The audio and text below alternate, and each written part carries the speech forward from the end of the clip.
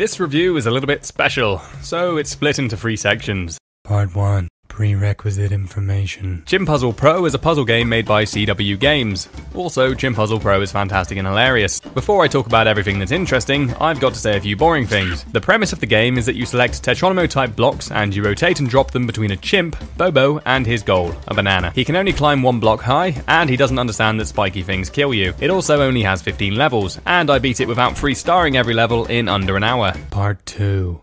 Undoing damage caused by ineptitude. Okay, so I tend to avoid other reviews like the Dickens, but when I typed in Chimpuzzle Pro for research purposes, I got up this review by Nintendo Life. I saw that they'd given it 3 out of 10, and I decided to investigate, since I'd just beat the game and 3 out of 10 seemed pretty extreme. So now, in a revolutionary act of games reviewing journalism, I'm going to review the review. Number 1. You're viewing footage from my camera, which I also viewed with my eyes, on the gamepad's lowest brightness setting, so the retinal sear comment I can only assume is unnecessary hyperbole, which would be fine if the review wasn't generally so formal. 2. The music and sound effects are definitely not the best part of the game. Here is the game without the music and sound effects. And here is the game without everything else. Which would you rather play? 3. The puzzle blocks do not drop at random. Now, I could see why if you just picked up the game and started playing without a TV you might think that, but I would assume that somebody that wants to review a game would try at the very least mashing all of the buttons. You see, when you hit the Y and A buttons, the camera slides left and right. The blocks drop wherever the midpoint of the screen is on the TV. Now, I agree that that's pretty fucking stupid, but it's also pretty obvious once you've been inconvenienced a few times and look for an answer. So, let's take a look at the comments. Oh, thank God. Some guy's calling her out for not... 99% of the time the block falls from the right when it's your first block. The reason it falls from the right is because the camera starts there, and then it pans across the level. If you press it a bit later, it falls from the middle. Also, I don't think you tested this 100 times. If you did, you probably would have figured out how it actually works. So anyways, Karen gave the game a 3 out of 10, but that's justifiable given the game-breaking random block placement she encountered. I give this review 3 out of 10 for showing glimpses of insight, but unfortunately the review-breaking problem where you didn't press enough buttons really brought the score down for me. Hey Karen, I redid your bio for you.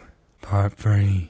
Where I explain why the game was so entertaining. Alright, so the puzzle aspect of this game is pretty good, and the time before Bobo is released and his seeming determination to go the way of most lemmings really does put the pressure on you to get the blocks down quickly and accurately. The pressure actually makes the puzzling a lot more fun, since you're forced to start placing blocks. If you sat down beforehand with a freeze frame, the game would be a lot easier to solve, and a lot less involving. Also, you have to remember that this is all happening whilst you're battling the aforementioned camera issue. Upon completion, you're rated 1 to 3 stars based on which tiles you used and how much you spun them. But the game doesn't keep track of all that, so you might want to bring a pen and paper if you're looking to 100% it. Here are some other things I noticed whilst playing Chimpuzzle Pro. 1.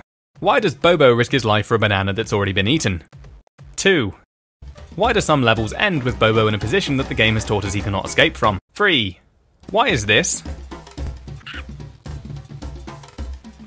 4. Why doesn't Bobo walk down a bit, then walk right, then walk up to the banana?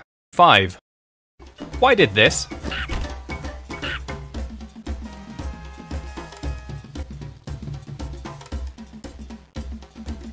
6. Why doesn't the last level involve Bobo reaching a banana that hasn't been eaten? I think that really would have wrapped things up neatly. This game is buggy as anything. I didn't encounter any game-breaking bugs, but I mean, even if I did, I'm assuming I would have just hit the restart button at the top left and been fine. Whilst it's certainly not polished, you can play this moderately okay game, and learn its awkward ways with minimal effort. Chimpuzzle Pro is dirt cheap at £1.79, and you know what? I enjoyed it a lot more than I did X-Type Plus, which lasted me 2 to 3 hours and was about the same price. Chimpuzzle is fair, and kind of tricksy, and genuinely good fun on a few levels, but at the end of the day, it's mostly funny. Despite how much fun I had with this game, buying Chimpuzzle is like buying your diabetic friend a chocolate teapot. It doesn't quite work as intended, and your friend might be better off not having it.